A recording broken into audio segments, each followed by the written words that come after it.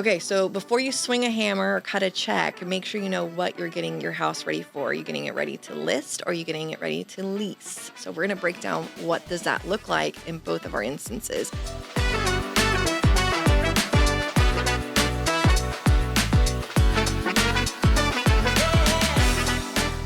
Glynn, what is the number one thing that is different, you think, between listing or leasing and prepping a home? Well, we have different builder codes. Yes. That it's probably different for y'all.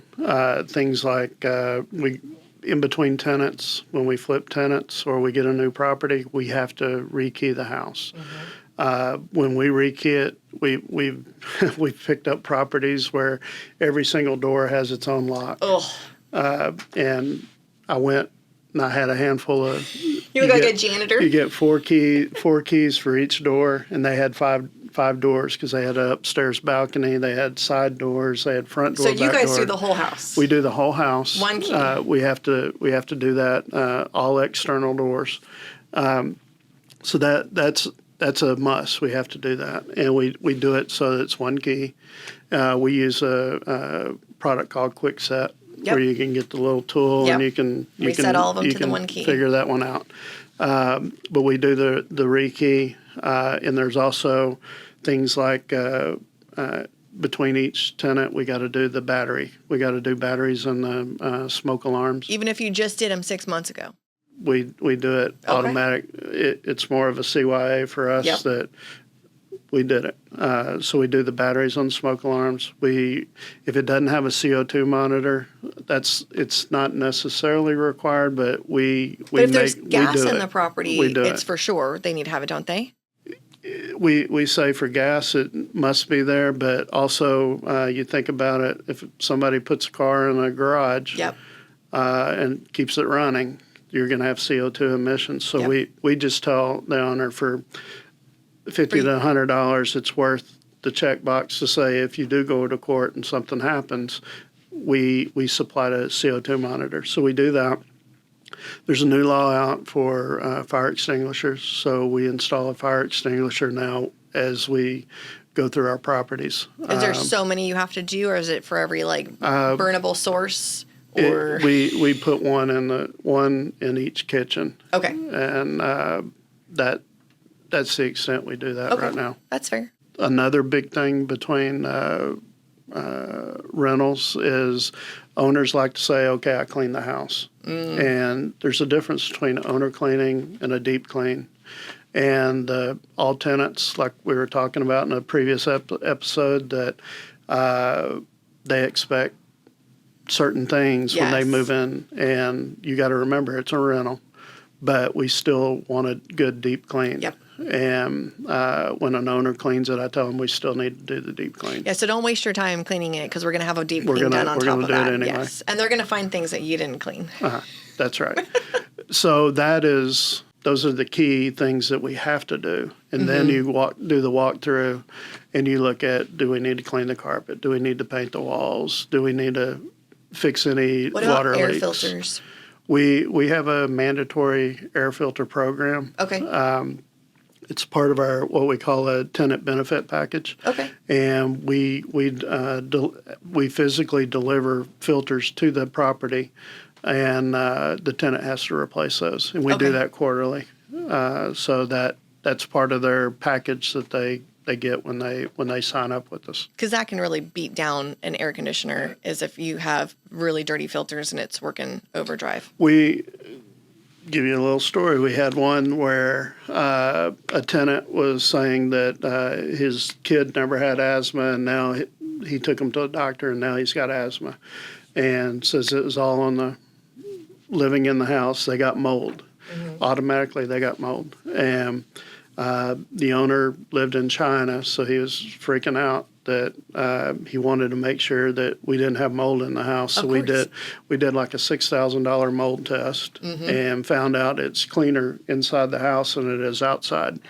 And what we did find out was We went up to the filter. Well, the filter had gotten sucked like 10 feet into the air conditioning duct because it was so clogged. Oh, no. I had to go in, and I scooted in as far as I could, and I had a broom handle, and I got a corner and finally pulled it out, and it was just caked with dust. And handed the tenant and said, "This is why your kid got asthma. You didn't change the filter." So you got to change the filters. That's kind of the lungs for the air conditioning unit.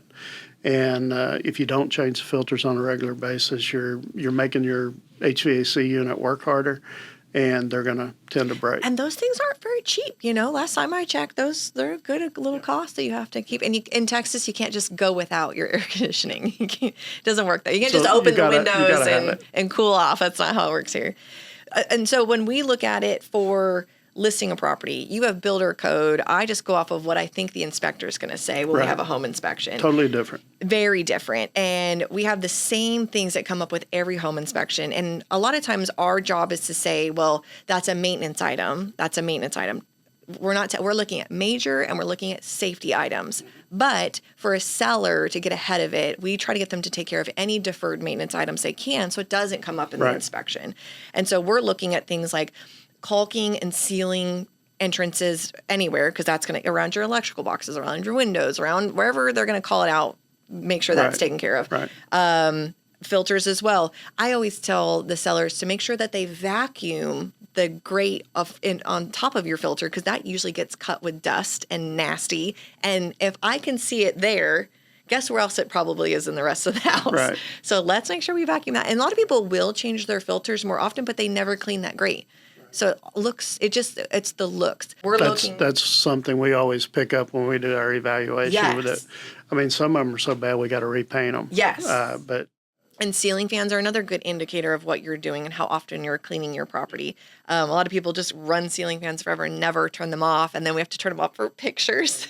I learned that lesson a long time ago. We turn off ceiling fans way before photos because you don't want that caked up in a photo. We're looking at inspectors' biggest things are going to be the air conditioning for sure. So we always like to get the maintenance done before we go under contract, just to get ahead of anything. Because if it needs a little bit of extra, coolant, or if the condenser is about to go, or needs to be cleaned off because no one's cleaned the coils in 6 years, we're working through that. Because to a buyer, that could be a $3,000 expense they're going to ask for. And it's really, under $300 to get all that done. We're also looking at, when we're walking through the property, the paint. Always, I think we can agree on paint, except we're painting the whole house and not just a wall at a time. Right. The flooring, for sure, if it's worn out. Carpet is so economic to switch. Now, you don't love to switch out carpet because it's going to have to keep getting replaced every couple of years. But if I have a seller one time doing it and they're choosing between carpet or LVP and we're in a bedroom, I'm going to say do carpet all day long because it's faster. You can get it done in an afternoon, right? Versus LVP. Some people don't like it in their bedroom, and sometimes it's a selling point to say there's no carpet anywhere in this house, which to a lot of people who do have problems with allergies, they love that. It's a great upgrade for them. So those are some of the things that we're looking for that we want to make sure. Curb appeal, huge. Putting flowers in the flower beds, plus the mulch, trimming back bushes, trimming trees. Don't just get some guy that put a card on your door and have them come trim your trees. Like, get a true arborist. And it's not that expensive. I had a true arborist come. He's in our group now. Right. He trimmed our oak that's in front of our house that has been through multiple freezes. It's a 20-year oak, but it had some sickness and some things, and we get really bad windstorms. And he trimmed our trees last spring, and we went through a whole winter since. And at least 10 homes in our neighborhood had branches on their properties because there were dead branches that fell off with the windstorm. We didn't lose a single branch. They'd already been trimmed off. Another thing, when you trim the trees, you're bringing up the shade level. Yes. So that now the grass will grow under your tree. 100%. And we get a ton of HOA violations because it's bare. Because the sun can't get through. Bermuda needs some sun, right? Yep. It brings more natural light. Into the property, at least on our end. We want as much natural light as possible. That's why we want the windows washed. It is amazing what washing a window will do for a property. Yep. It brings in so much more.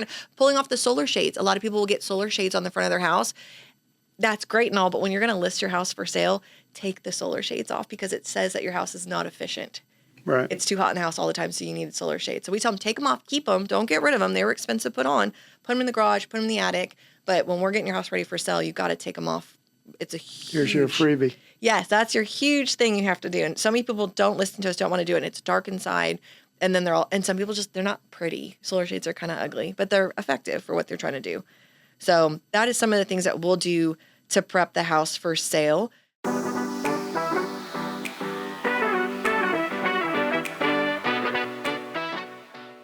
When life hits hard, late payments, medical bills, job loss, or even the need to move quickly, many homeowners feel trapped. The fastest way out seems to be selling to a cash investor, but that means giving your home away for pennies on the dollar. You don't have to do that. Nearly half of homeowners today are equity rich, and that value belongs to you. With our One Move program, you can unlock that equity immediately, get cash in hand now, and still share in the upside when your home resells. Or, if you'd rather, we'll shop your property to multiple cash buyers so you can choose the best offer instead of settling for one low bid. Go to donedealoffers.com and discover the smarter way to get cash fast without losing the equity you've worked so hard to build. To those who take the risk, who bet their life savings, their blood, sweat, and tears on a rental property to make a nice place for someone to live and a nice living for themselves. To those who get this call or no call at all. To those who keep adding more properties, it will all be worth it for you and for them. You care about preserving your investments. So do we. Real Property Management.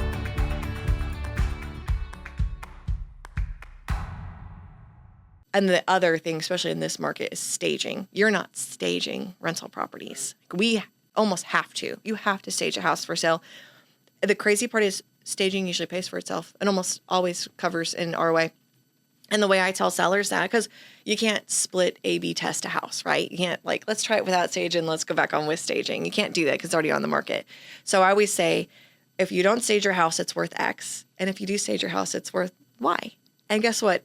It's more in returns than it would have cost you to stage. So by default, it pays for itself. And they move faster and they photograph better. Periodically, we have an owner that doesn't want to move their furniture out. So we'll do a rental with furnishings. Okay. And we typically get, I'd say, $300 to $500 more. Yeah. Because it's been staged. Per month rent. So if you multiply that times 12, you do pretty good. Yeah. And if you can, then you get to reuse those pictures every time, right? They're the owner, they own those photos to a certain extent. Obviously, there's copyright and all of that. But they can keep using it. Whereas we have sellers, we can't use the previous seller's photos. It's a misrepresentation. It's got to be a new set each time. So you make that one-time investment and you can continue to use it as long as the house stays in relatively the same condition. Yep. Repairs that remove objections and boost offers. I think the biggest thing for objections are going to be anything that affects major systems. So if your water heater, the water heater, if you think of it, is the cheapest major appliance to replace. It's anywhere from $1,500 to $2,500. HVAC is going to be thousands, roof thousands in deductibles these days. So if you can make sure your water heater's not leaking, maybe you've done the maintenance and flushed it out once or twice. If it's gas, make sure it's venting the right way. You could have a pre-inspection done on a house. We don't always recommend getting a pre-inspection done because now you have to disclose everything wrong with the house, whereas you didn't know of it at some point. But you could have a plumber come by and check out your water heater and make sure it's still good, especially if it's within the first, 5, 7, 10 years of it. There's some that will last longer than 10. What's the longest water heater you think you've seen? 20 years. 20-year water heater? Nuts. Yeah. Tankless or tank is your preferred? Tank. You like tank, not tankless? The tankless, we've had a bunch of those.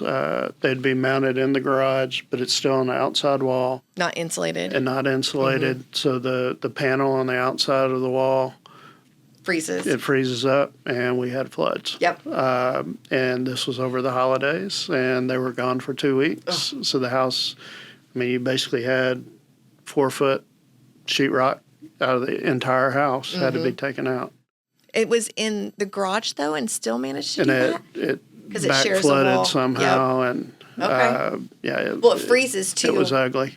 Yeah, it was ugly. Okay. What's another repair? I think one thing that I highly recommend to my owners, the investors, is if you're getting a new house, especially if it hadn't been occupied in a while, you better do the scope down the pipe. Plumbing scope.